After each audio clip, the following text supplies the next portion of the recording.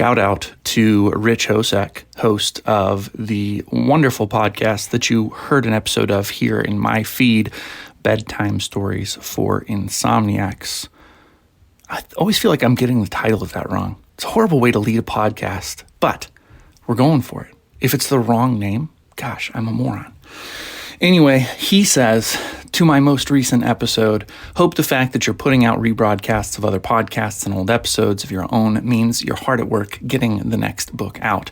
And then in parentheses, not that I have anything against you rebroadcasting episodes of other people's podcasts. And that would be because, like I said, we put an episode of his on my feed, and I hope that a lot of people keep finding his podcast through listening to this podcast because it is a fantastic story podcast.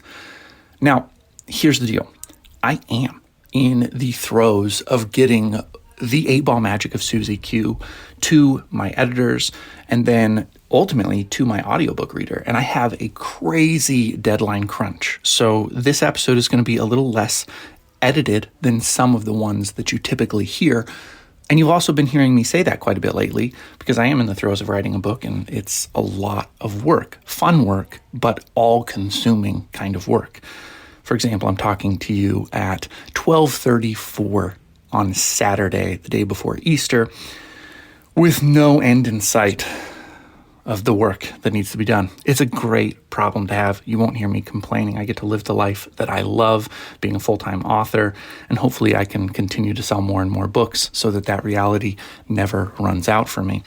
But with that in mind, I did want to talk to you about something that has been on my mind, and I try not to be reactive at all about developments that happen in the world because as you see more details come to the front, you can get a larger picture of what's happening behind the scenes and form changed opinions or differing opinions.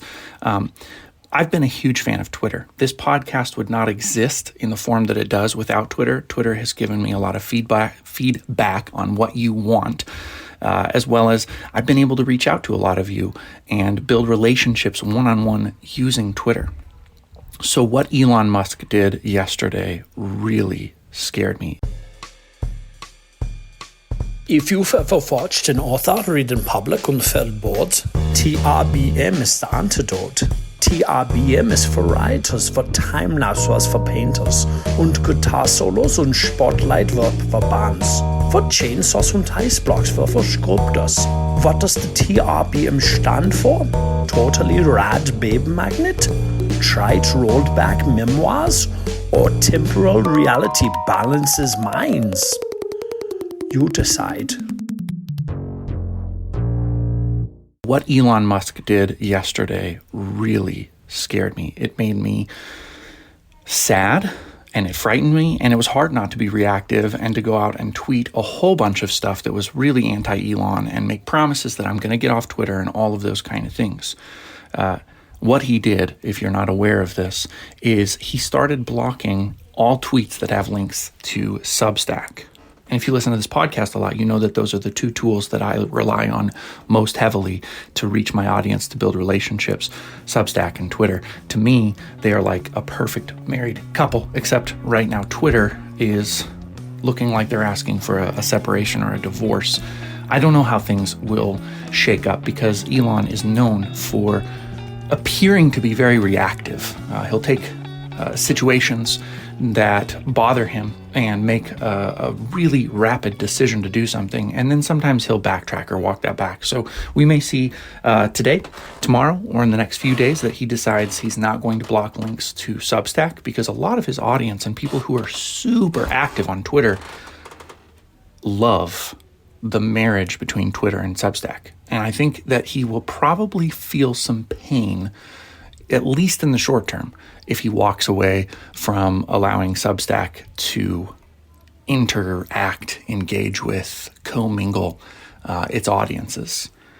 But it also does mean that I have to take a hard look at what's happening on Twitter and decide where am I going to put my greatest efforts. I'm not going to list out the numerous people on Twitter who are amazing people that I would not have met without it, that it's scary to think about backing away from Twitter and not being able to use it at the same level. But I will say that by and large, Twitter is the least effective place that I spend my time in terms of actually selling a book. You may listen to my podcast, and I'm not sure why this is. You may listen to my podcast coming from Twitter, and you come with this sort of perspective of consuming, but maybe not giving back at the same level. I find that my readers are not coming to me off of Twitter. Now, granted, I don't advertise on Twitter, and maybe that would change things, but from everything that I've ever heard or seen, advertising on Twitter is a really fast way to lose money and not make anything back. And I'm pretty effectively advertising on Facebook at the moment. So I think I'll continue to do that in the interests of doing what works and refining that and selling more books and making more money. But you know where else is a fairly decent place for moving books is Substack, because they host my podcast, and I'm able to put something kind of like a blog post out with each podcast right on Substack, and you can subscribe and you join the hundreds of others who are on the email notifications twice a week when I put out a podcast. And that level of familiarity helps us to engage more deeply than we might anywhere else. And so I find that I do move more books through Substack, through the podcast, than I do on Twitter. And so with that in mind, I have to think about my own business and how my business now integrates with Twitter if Twitter is hostile toward the place that actually helps me to make a living.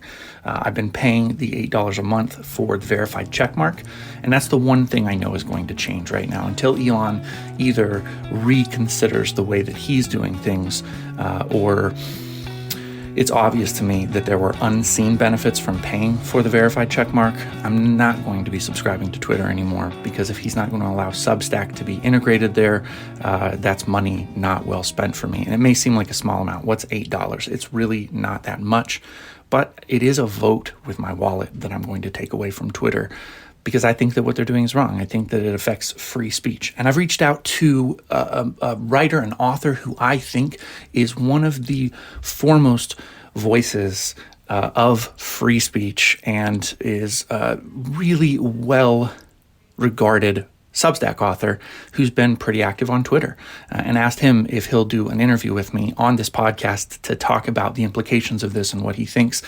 He is very anti-Elon from everything I've seen. I am very pro-Elon up until this point. I've really actually liked the guy, and I don't mind saying that here on the podcast. I am typically quiet because I don't want people to think that I'm political in ways that I'm not. I don't know enough to be particularly political, but I like Tesla. I like SpaceX. I like what they stand for. I like how they shook up the industry. I like PayPal. I use PayPal on a regular basis. Elon was heavily involved in PayPal and its founding. So a lot of the stuff that he's touched has been amazing. And when he bought Twitter, I thought that we were going to see an extreme level of openness. He had talked about showing people how the algorithm worked and letting them see so that they could cater their approach to the algorithm. What I ended up seeing is that there's something happening algorithmically where the number of followers is directly correlated to the just organic reach of a post. So in my case, I have 20-some thousand followers. When I tweet, it is more weighted than when other friends who have 2,000 followers are weighted. However, against someone who has 500,000 followers or 1 million followers, I am just not getting the kind of exposure, even if I get the same number of comments, retweets, and likes that person with 1 million followers does. I can't really comment or critique on that, but it does make it kind of difficult to grow an account when the popular get more popular and the people on the bottom have a harder time rising. That seems like a bad model to me. But anyway, so those are some of my thoughts about Twitter, what's going on right now, a big concern I had. And as a writer, I hope to bring to you some of these same thoughts. So let me close with maybe a call to action, which is a little bit rare for this podcast, but let me ask you to look at your days right now. I'm assuming the most of you are working some kind of full-time job or have a business, and writing is something that maybe you hope will be a full-time thing for you at some point, but is currently not your main source of income. So you're already going to be spending a lot of your time away from writing and writing-related activities. When it comes to spending time on your writing to get closer to that dream, are your behaviors getting you closer to it? Is spending time on Twitter the best use of your time? Is spending time listening to my podcast the best use of your time? Is going for a walk with your dog the best use of your time? Can you listen to audiobooks? Can you read? What kind of things are you currently doing that you maybe need to step back from? And what kind of things do you need to do more of that you're currently skipping out on? One thing I need to change really quickly is getting back to exercise. I need to go back into the gym and start lifting weights at some level. I've been walking the dog every day. That's helpful.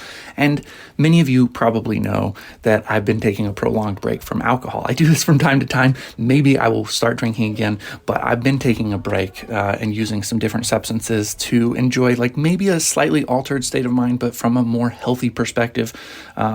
Kava is the primary one. If you've never used Kava or heard of it before, huge fan. I'm not going to promote them because they're not paying me to say this, but Herb Farm, P-H-A-R-M, as in pharmacy, Herb Farm makes a really great Kava extract.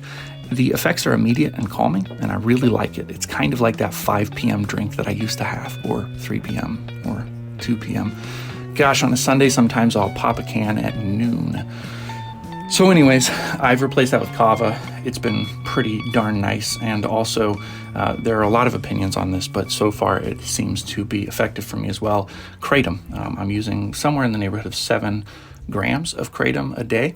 And you have to be careful from what I've heard. It is an opiate, but not exactly the same kind of molecular chain as the opiates that pharmacies sell to people and get them addicted to heroin and fentanyl.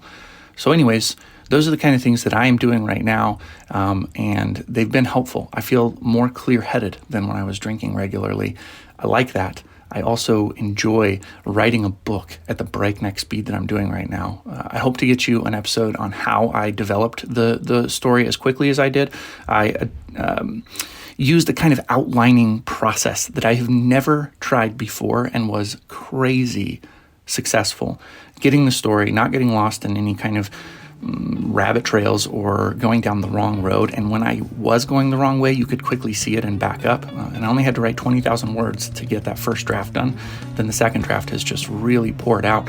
And I find that I'm able to self-correct in areas where there were plot holes or things were missing, and you could tell that I needed to beef up the story.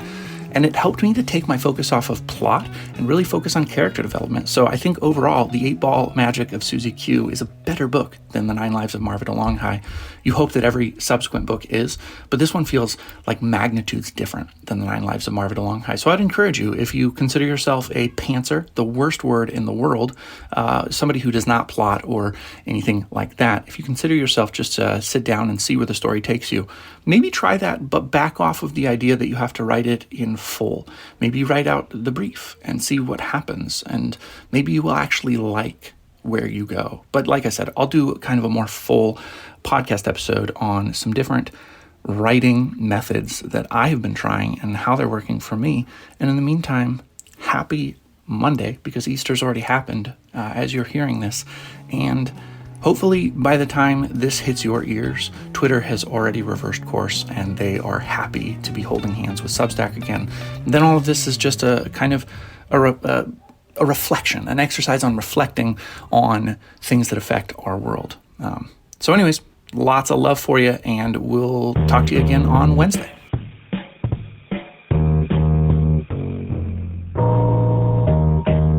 Thank you for listening to TRBM. The theme music was provided by the ever-talented Christopher Talon. And hey, if you liked what you heard, share this show with other readers, because what's the point of telling stories if nobody's listening?